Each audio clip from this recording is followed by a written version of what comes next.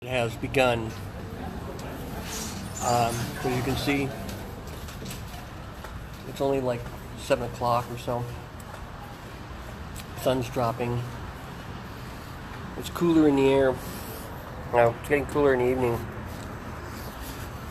And here I am doing a live video on a night I said I wasn't going to do one. So, boop. Here I am.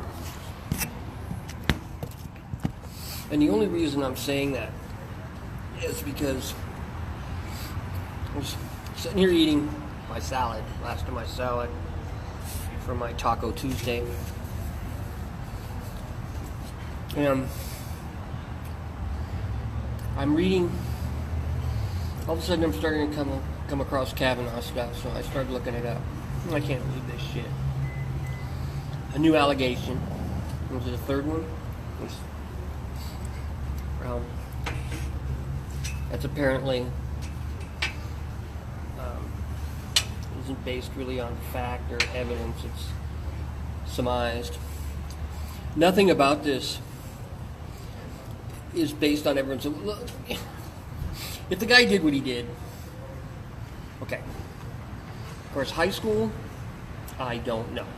I'm not going to say anything. Got a bunch of hopped up kids on testosterone and estrogen, messing with weed and alcohol, especially alcohol. And who knows what these addled mind little crazies are going to do, as their bodies are just so juiced to begin with, you know, before they added the controlled substances. They're under the influence of uncontrolled substances, quite frankly. But I'm reading that as we get closer to Thursday, this doctors, lawyers, representatives are now complaining or whatever. I think, hello, is it Brandy? Anyways, yeah, it's Brandy, isn't it? Anyways, I think in all fairness, and in due course of the law, A, he's innocent until proven guilty. She has a legitimate claim and complaint. She should be heard. But it's a little late for investigations. The whole thing is really seen, is pretty much blatantly to delay the confirmation hearing. And now she's complaining about, having who's going to conduct the interview. And she's like, you know what? Go ahead. Put the Democratic senators against the Republican senators and have them ask the fair and unprejudicial or partisan questions. Okay? Or better yet, let a neutral third party come in there and present an open, balanced argument. Or conduct she's not on trial, granted, but a neutral third party attorney, especially a prosecutor or whatnot, maybe is the idea. But now she wants more delays. These are all just delaying tactics. And I would really be happy if Senator Grassley or whatever it is, come Thursday morning or comes Thursday at the time of the hearing, that they hold the hearing. Kavanaugh will be there to testify. I don't think he should go first. But if she doesn't want to show up, if she's got an excuse or whatever that, I can't stand crowded places, so I can't fly. And how are you going to get there in a car or in a train? Anyways, if she's not there to answer questions and to point and to prove a case, then they should delay that and vote. And they can come back to it later if it's that bad. I think if the Senate subcommittee votes and confirms approval, then yeah, he's gonna fly. He should go through the Senate. It might be a tough vote. I think some Republican female senators are leaning to another side, or now are questioning. But I think they really should wake up and pay attention to what's going on. I mean, really. And I think we should see it for what it's worth. This is a delaying tactic. And I think this is going to happen the next time. I think it's going to happen with almost every judge that he appoints, whether they're Supreme Court or not.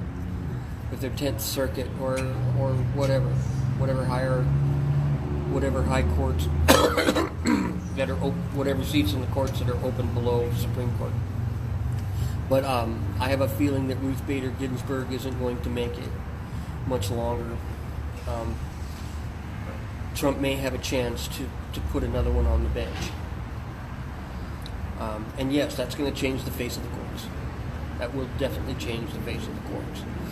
But I'm also going to remind people that liberal presidents or Democratic presidents who supposedly have chosen liberal judges have ended up getting bit in the butt, because they turned out that once they get into that court, they start to see the overall bigger picture, and the Constitution is the guideline, and they start to probably interpret a little bit closer to that.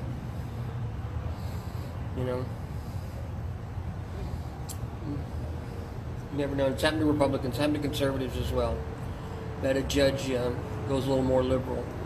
It's the way it is, you know? Whatever the reason is. So, this is sickening. This is maddening. This is ridiculous. This all should have been addressed months ago. Even longer. If what she's saying is true and whatnot, then this should have been before he got on the circuit court in Washington, D.C., the second highest court in the land. So, really, I had no idea that. I mean, I'm not a lawyer, and I haven't read many of his opinions, but from what I'm reading from some news sources, the guy's conservative, and he seems to address more of the argument of the plaintiff and defendant and the Constitution approach, the legal approach to the word of law, and which is not perfect. Let's not go there. You know. But again, you know what I'm getting tired of is telling people that the Constitution is not perfect. Nothing is fucking perfect. But the Constitution is still the greatest legal document ever written and passed. It has gone through cultural change. It has gone through many changes. You know, what half or so of the Continental Congress at the time of the writing and the adoption of the Constitution would have gotten rid of slavery then. Hell, there's a whole paragraph that was removed from the Declaration of Independence that Jefferson wrote denouncing the imposition of slavery upon the colonies by the Brits. You know, we talk about America and the slave problem, but we never talk about how and why it came about, where it came from. And because America really didn't exist before the Constitution until after the Revolutionary War. The continent of America existed, the North American continent existed, the Central American continent existed, and so did the South American. Good night, ladies. Good night. Bye. So,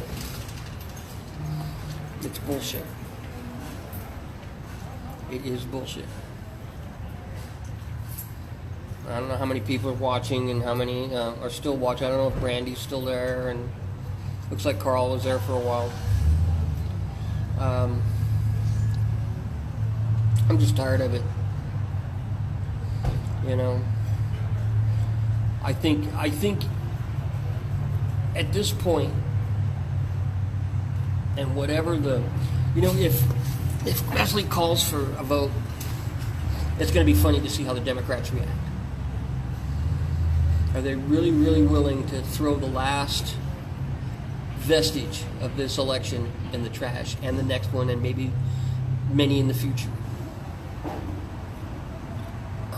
The Democratic Party is its own worst enemy. Plain and simple. Anyways, I wasn't going to do this tonight. I don't usually like, you know, rattling on about some of this stuff. Well, yes, I do, actually. And I like getting my opinion out there.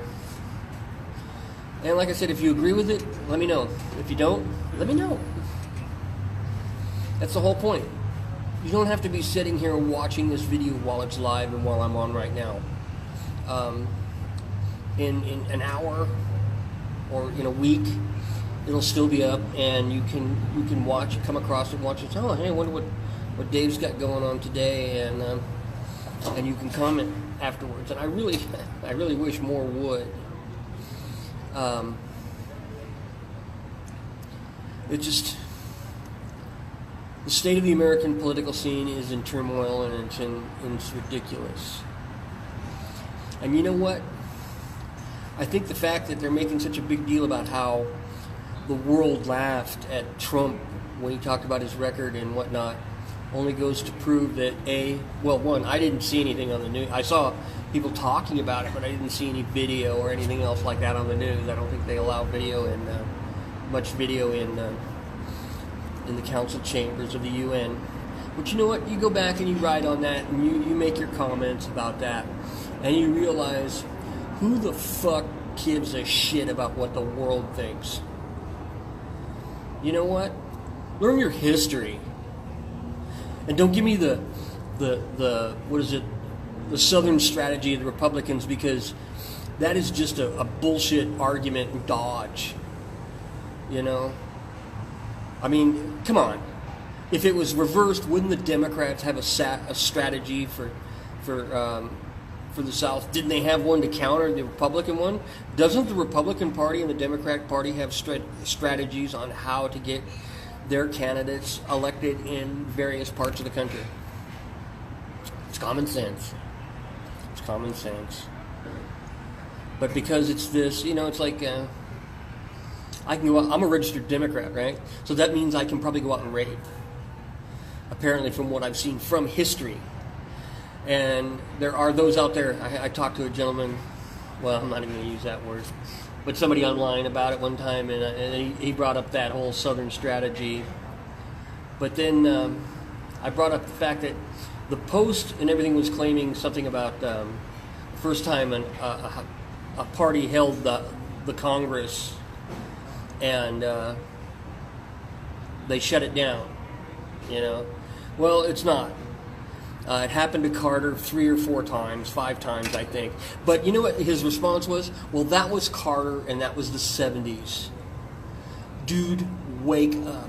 There is no expiration point on what happened in history. If you're going to make a comment like this is the first time it's ever happened, then you better go back and look and see how many times it's happened before that. Okay? It's still fact. It doesn't change. Just because it happened 50 years ago doesn't change. Because socialist governments have been murdering people and starving people and killing people and ruining their countries for over 100 years, all the way back to the teens, doesn't, you know, stop the argument. and why we can only talk about Venezuela. Okay? Bullshit. So, anyways, I'm tired of the propaganda, I'm tired of the lies, and I'm tired of the bullshit. I'm glad Dianne Feinstein will soon be leaving the Senate, and I'm happy to know that I'm not happy to know that her replacement will be a Democrat and will be probably just as wacky. It just, you can't win for losing, but at least she'll be gone. And her income stream will probably be greatly reduced. Or maybe, this new guy is going to help her husband make even more and more money off the American people. I don't know. I'm a little bit angry, but I'm the Epic Beard and I am Dave. And that's it. Have a good day and love you all.